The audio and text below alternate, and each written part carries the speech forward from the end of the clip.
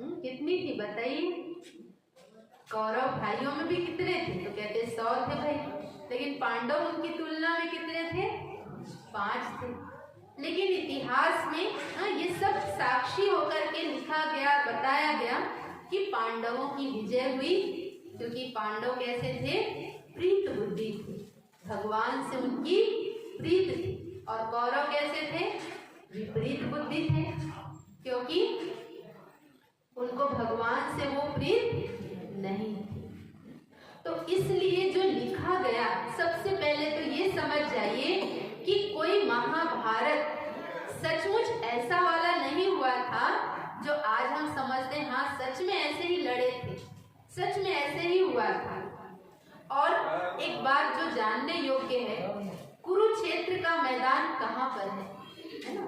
तो कहते हैं 1947 से पहले वहां पर कुरुक्षेत्र नाम का कोई स्थान ही नहीं था। लेकिन जब वहां पर उस समय वर्तमान में जो 1947 में कलेक्टर आए, उन्होंने सोचा कि शास्त्रों में, हमारे ग्रंथों में कितनी महिमा है कुरुक्षेत्र की।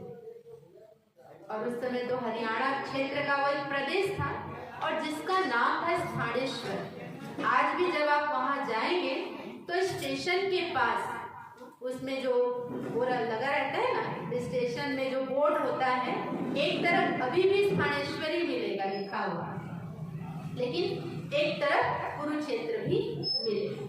लेकिन उस समय वहां पर कोई कुरुक्षेत्र नाम का स्थान नहीं था।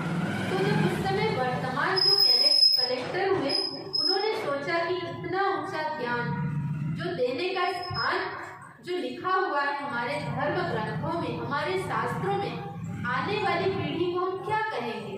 वो तो भूल ही जाएंगे, क्योंकि उसका नामो निशान है नहीं। और उससे पहले आप मैप में भी देखो, आप गूगल में भी देखो, उससे पहले कुरुक्षेत्र का नाम आपको कोई स्थान नहीं मिलेगा।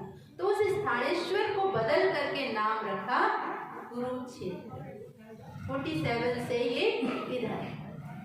तो आप सोचिए कि जो मुनिवर वेद व्यास जी ने लिखा था वो कितना सटीक और कितना सत्य था। दूसरी बात, आप उस महाभारत के युद्ध काल में जो युद्ध बताया गया पांडव और कौरवों के बीच, उसकी सेना कितनी बताई? 18 अक्षौणी सेना बताई गई। 18 अक्षौणी को आप पूरा आकलन करें, जब हम भागवत करवाते हैं पूरा